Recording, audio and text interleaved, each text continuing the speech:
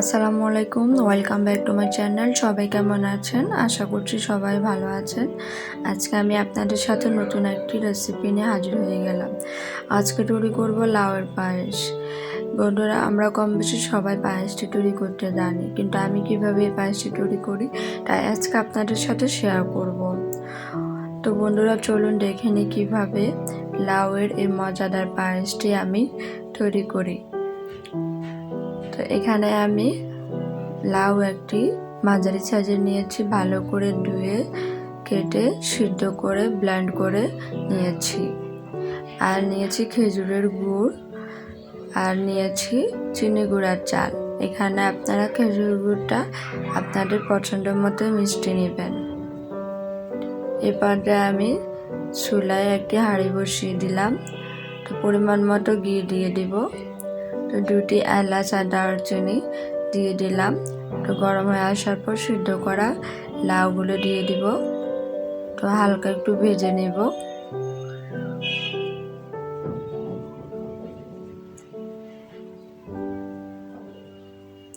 এই পর্যায়ে আমি 1 লিটারের মতো লিকুইড দুধ দিয়ে দিলাম।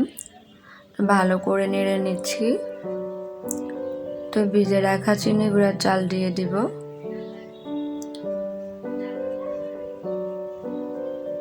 স্বাদ মতো লবণ দিয়ে দিব।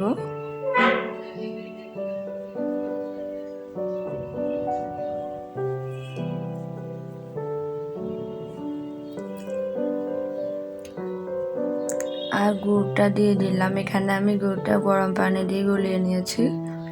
গুড়টা দেওয়ার সময় অবশ্যই চুলার আগুন বন্ধ রাখবেন, নাহলে কিন্তু আপনার দুধ ফেটে যাওয়ার সম্ভাবনা আছে। তো আমি চুলার আগুন জ্বালিয়ে দিলাম। ভালো করে মিক্সড করে নিয়েছি। এই পর্যায়ে আমি একটি তেজপাতা দিয়ে দিলাম। ভালো করে আমি নাড়িয়ে ঘন করে নিব।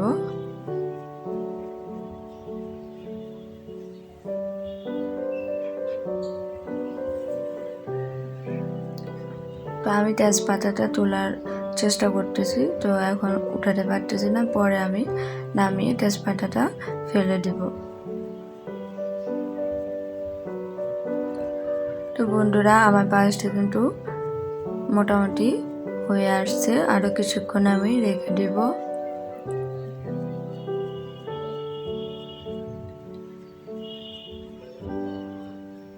ভালো করে নাড়িয়ে নিচ্ছি। তো এ পর্যায়ে আমি চুলা থেকে নামিয়ে নেব। তো বন্ধুরা, আপনাদের মাঝে পরিবেশন করলাম। দেখতে পাচ্ছেন কালারটা অনেক সুন্দর হয়েছে। তৈরি হয়ে গেল আমার লাউয়ের পায়েসটি। তো আমার রেসিপিটা আপনাদের কেমন লেগেছে অবশ্যই আমাকে কমেন্টের মাধ্যমে জানাবেন। আজ এই পর্যন্ত, সবাই ভালো থাকবেন।